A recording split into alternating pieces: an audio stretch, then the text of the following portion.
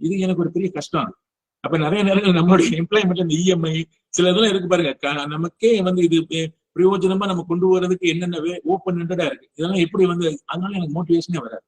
நிறைய விஷயங்கள்ல வந்து நம்ம ஆபீஸ்ல இருந்து இப்ப நிறைய விஷயங்கள் வந்து ரீவேம்ப் ஆகியோ ரீஎன்ஜினியர் பண்ணி இந்த எம்ப்ளாய்மெண்ட் ஆஃபீஸனுடைய ப்ரையாரிட்டிஸை வந்து அந்த பிஹேவியர் ஒரு வாழ்க்கையில ஒரு மாற்றத்தை உண்டாக்குற மாதிரி செயல்பாடா இதை வந்து ரீகன்சிடர் பண்ணணும், ரீஎன்ஜினியர் பண்ணணும். இதுக்குதான் நிறைய நேரம் நான் போய் அங்கெல்லாம் வந்து கதவை தட்டிருக்கேன், அப்பப்ப பெல் அடிச்சிருக்கேன். சில நேரத்துல திறப்பீங்க லேசா 5 நிமிஷம் இது இல்ல, நான் வந்து வாலண்டியரா put my heart and soul and do for our organisation. காரணம் என்னன்னாக்கா, நீங்க மணி சொன்ன மாதிரி இது வந்து இல்லாட்டி மேடம் வந்து அப்பயே சொன்னாங்க வந்து இந்த வேலைன்றது என்னன்னு சொல்றப்ப, இது நான் எப்படி நினைப்பேன், நான் ஒரு பிரம்மாவுக்கு அடுத்த ஆள் நினைப்பேன். எம்ப்ளாய்மெண்ட் ஆபீஸ்ன்றது பாத்தீங்கன்னா ஒரு ஐஏஎஸ் ஆபீசர் இது பண்ணலாம், ஒரு இண்டஸ்ட்ரியலிஸ்ட வர வைக்கலாம், ஒரு பெரிய பெரிய ஆளா வர வைக்கிறது நம்ம ஒரு கருவியா இருக்கலாம் வந்து அப்படின்னு இருக்கிறப்ப நம்ம வந்து ஒரு கர்த்தாவுக்கு அடுத்த ஒரு ஆள். அதனாலதான் எல்லாரும் பாத்தீங்கன்னாக்கா பெரிய பெரிய அபிஷியல்ஸ் எல்லாருமே அவங்களுடைய ஆத்ம தேடல் என்னன்னாக்கா அந்த ரூல்ஸ் ரெகுலேஷனுக்குள்ள இருந்துட்டு வெளியே வந்துட்டு இந்த மாதிரி இளைஞர்களை மேம்படுத்துறது அவங்களுக்கு வாழ்க்கையே ஒரு சந்தோஷமா நினைக்கிறாங்க. நம்மளோட இதுதான் அது வந்து நம்ம ஸ்டடி சர்க்கிள் நம்ம வச்சிருக்கதே வந்து பாத்தீங்கன்னா சம்பளம் கொடுத்து நம்மளை உட்கார வச்சு இதுக்குன்னு ஒரு இது பண்ணக்கூடிய பண்றது இஸ் வெரி பிக் ப்ரிவிலேஜ். அதை நம்ம செய்யறதுக்கு நமக்கு ஒரு இது ஒரு கேரியர் அப்படின்றப்ப அதுதான் இன்னொரு டிஃபரன்ஷியேஷன் ஒன்று இருக்கு. ஜாப்னா என்னது, கேரியர்னா என்ன? What is job and what is career? மணி சொல்ல வேணாம், வேற யாரா சொல்லுங்க, இல்லாட்டா உங்களுக்கு சொல்லுங்க. ஒரு 2 பேர் பேசிருக்கீங்க, நீங்க இன்னும் வேற சில பேர் பேசணும். யாரு வேணாலும் உங்களுக்கு தெரிஞ்சதை சொல்லட்டும். Anything is correct only. இது ஒரு ஒவ்வொரு ஆபீஸ்ல இருந்து ஒருத்தராவது நான் பாக்கணும் உங்க முகத்தை. ஏன் எனக்கு கொஞ்சம் எல்லாத்தையும் அப்பப்ப கொஞ்சம் காமிச்சா பரவாயில்லையே வந்து ஆபீசர்ஸ் வந்து என்ன பாலமுருகன் கொஞ்சம் வீடியோ ஆன் பண்ணாதான் நல்லா இருக்கும்ல. அவர் எப்படியே எல்லாம் ஒரு இது மட்டும் பேசிட்டு யாருது முரளிதரன், கள்ளக்குறிச்சி டிஓ பேசுங்க முரளிதரன் சார். வணக்கம் சார். எனக்கு ஞாபகம் இருக்குங்களா, ஃபர்ஸ்ட் பேட்ச் சார். நாங்க பாலமுருகன், இளம் பகவத் எல்லாம் வந்தோம். எங்களுக்கு வந்து ஒரு ஒர்க் ஷாப் பண்ணி கொடுத்தீங்க சார். நீங்க வந்து அப்பயே வந்து எங்களை கூட்டு வச்சு ஆர்ஜேடி ஆபீஸ்ல ஒரு ஒர்க் ஷாப் பண்ணீங்க சார். அந்த பேப்பர் கட்டிங் என்கிட்ட இருக்க ஒரு பிரஸ் இவர் கூட வந்திருந்தாரு, வந்து ஒரு பிரஸ் ரிப்போர்ட்டர் சார் வந்திருந்தாரு. அந்த மாதிரி நீங்க எனக்கு ஞாபகம் இருக்கு, சொல்லுங்க சார். அப்பயே நீங்க ஃபுட் அரேஞ்ச்மெண்ட் எல்லாம் பண்ணி கொடுத்து ஒரு பண்ணி கொடுத்தீங்க சார். உண்மையுமே உங்களுடைய இந்த செஷன்கிறது பெருசா இருக்கு சார். இந்த அதாவது 1-to-1 அப்படிங்கனாலும், ஆனா அது அப்படியே ஒரு வீடியோனாலும் கை கட்டி மணி சார் இந்த மாதிரி தான் சார் இருக்கு அட்டென்ஷன். ஆனா உங்களால சார் கிரியேட் பண்ண முடியும். பாலமுருகன், நம்ம அங்கேயுமே எனக்கு நிறைய ஞாபகம் இருக்கு. ஒரு தடவை அங்க ஒரு பெரிய ஒரு ஸ்கூல் இருக்கு. அவங்க வந்து பாத்தீங்கன்னா ஒரு 25 பஸ்ல ஒரு நாள் வந்து ஒரு ட்ரைனிங் ப்ரோக்ராம் இங்க நடத்தணும். ரொம்ப காலத்துக்கு மூலம் நான் அங்க வந்த டைம்ல ஒரு தடவை. அப்ப நீங்க என்ன ரோல்ல இருந்தீங்கன்னு எனக்கு தெரியல. அந்த கள்ளக்குறிச்சியில வந்து இப்ப டிஓவா இருக்கேன் சார். வந்து நீங்க ஆர்ஜேடியா திருச்சி ஆர்ஜேடியாக்குள்ள நாங்க நியூவா வந்து ஜாயின் பண்ண எல்லாத்துக்கும் இளம்பகத்தை நீங்க அப்படி ஞாபகப்படுத்துறது போதும். எனக்கு ஹைரார்க்கியே முக்கியமே கிடையாது. நீங்க வந்து ஒரு அக்கறையான ஒரு நான் வந்தேன் அப்படி பேசினேன். ஆனா இப்ப எனக்கு உங்க மேல என்ன கோவம்னா, நீங்க ஏன் என்னுடைய போன் நம்பர் வாங்கி என்கிட்ட ஒரு நாள் பேசி இந்த மாதிரி சார் நான் என்ன கேட்கல. இல்ல சார், நான் வந்து புதுக்கோட்டையில இருந்து இவர்கிட்ட மூலியமா நான் இன்ஃபர்மேஷன் கலெக்ட் பண்ணி தான் சார் இருக்கேன். நான் வந்து வேல்முருகன். ஆமா சார், வேல்முருகன்ட்ட மணிகண்டன்ட்ட. இப்ப நீங்க இது சொல்றப்ப எனக்கு ஞாபகம் வர்றதை நான் சொல்லிடுறேன். இப்ப மேடம் இருக்கிறப்ப இப்ப பாருங்க, இப்ப நீங்க சொல்லுவீங்க எல்லாரும் ஒரு காலேஜ்ல கூட அலுமினி அப்படின்றது ஸ்ட்ராங்கா இருக்குல்ல. ஆனா நம்ம ஸ்டடி சர்க்கிள் அலுமினின்றது பாத்தீங்கன்னாக்கா இப்ப சமீபத்துல நான் 2 சுற்றுறேன். புதுக்கோட்டையில வந்து மாதம் 8000 ரூபாய் வந்து வாடகை கொடுக்குறாங்க. புதுக்கோட்டை அலுமினி வந்து 8000 வாடகை கொடுத்து அங்க வந்து பையங்களுக்கு சொல்லிக் கொடுக்கறத பார்த்துட்டு ஆஸ்திரேலியால இருந்து ஒருத்தர் மாதம் 10,000 ரூபாய் அனுப்புறாரு. என்னுடைய நண்பர் ஒருத்தர் வந்து இன்சூரன்ஸ்ல வந்து ஒரு பெரிய பதவியில இருக்காரு. அவர் பாத்தீங்கன்னாக்கா அடாப்ட் பண்ணி அவரும் 5000 10,000 அனுப்புவாரு.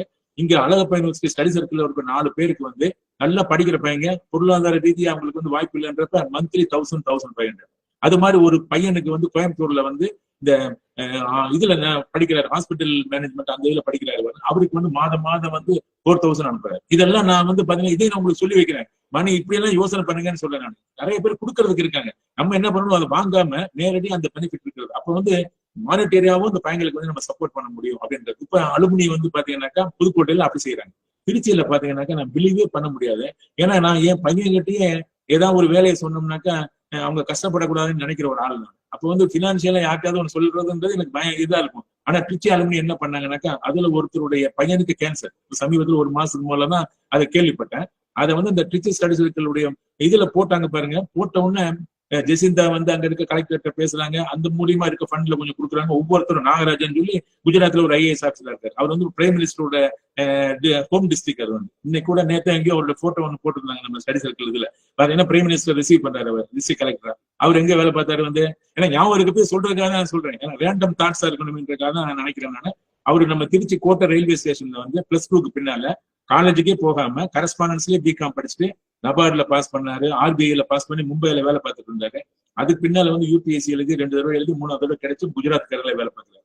இப்ப இதெல்லாம் உங்களுக்கு சொல்றதுக்கு அப்ப அவங்க எல்லாம் சேர்ந்து வந்து பாத்தீங்கன்னாக்கா அந்த கேன்சர் பையனுக்கு வந்து இப்ப நிறைய நானும் எதிர்பார்க்கவே இல்லை. பல பேர் அதே மாதிரி இப்ப வந்து மீனான்னு சொல்லி இருக்காங்க, அக்ஷய மீனான்னு சொல்லி. அவங்க வந்து இந்த மாயவரத்துல இருக்கக்கூடிய இதுல எஸ்பியா இருக்காங்க. ஒவ்வொருத்தரும் வந்து பாத்தீங்கன்னா இப்ப நான் மெட்ராஸுக்கு எப்பயாவது போற நேரத்துல இந்த மாதிரி நான் வந்திருக்கேன்னு தெரிஞ்சாக்க நிறைய பேர் இப்ப அடுத்து DROல இருந்து இப்ப நீங்க சொன்ன கந்தசாமி எல்லாம் சொல்லுவீங்க பாருங்க. அவர்லாம் ரொம்ப ஒரு கிருபாகரன் இவங்க எல்லாம் அங்கங்க நம்ம மெட்ராஸ்ல எப்பயாவது போனாக்கா அவங்க எல்லாம் நைட் வந்துருவாங்க. ஒரு 7-8 பேர் அப்படி வந்து பேசுறப்ப ஒரு பேரண்ட்டுக்கு வந்து தன்னோட குழந்தைகள் மேல இருக்கக்கூடிய சந்தோஷம் ஒரு பக்கமா இருக்கு. எங்க பார்த்தாலும் குழந்தைகள் இருக்காங்க, அக்கறையா இருக்காங்க.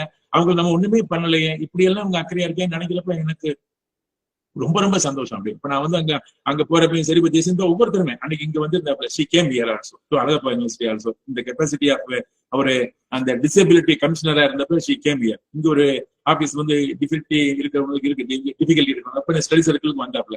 அதுக்கு மூலம் அவங்களுக்கு எத்தனை தடவை நம்ம ஸ்டடி சர்க்கிள்ல நிறைய பேர் இப்ப நம்ம இளையன்பு சார்ல இருந்து சைலேந்திர பாபு சார் நிறைய பேர் அப்ப நம்ம இப்ப இன்டர்வியூக்கெல்லாம் மார்க் இன்டர்வியூக்கெல்லாம் வந்து நம்ம ஆபீஸ்ல இருந்து நிறைய பேர் அங்க ஸ்ரீதர் வந்து பாத்தீங்கன்னா அவரு அடிஷனல் கமிஷனரா இருக்காரு இன்கம் டாக்ஸ்ல, அவங்களும் இங்க வந்தாங்க. அதே மாதிரி இன்னொருத்தர் இப்ப ரயில்வேல வேலை பார்க்கறாரு வந்து அவரு.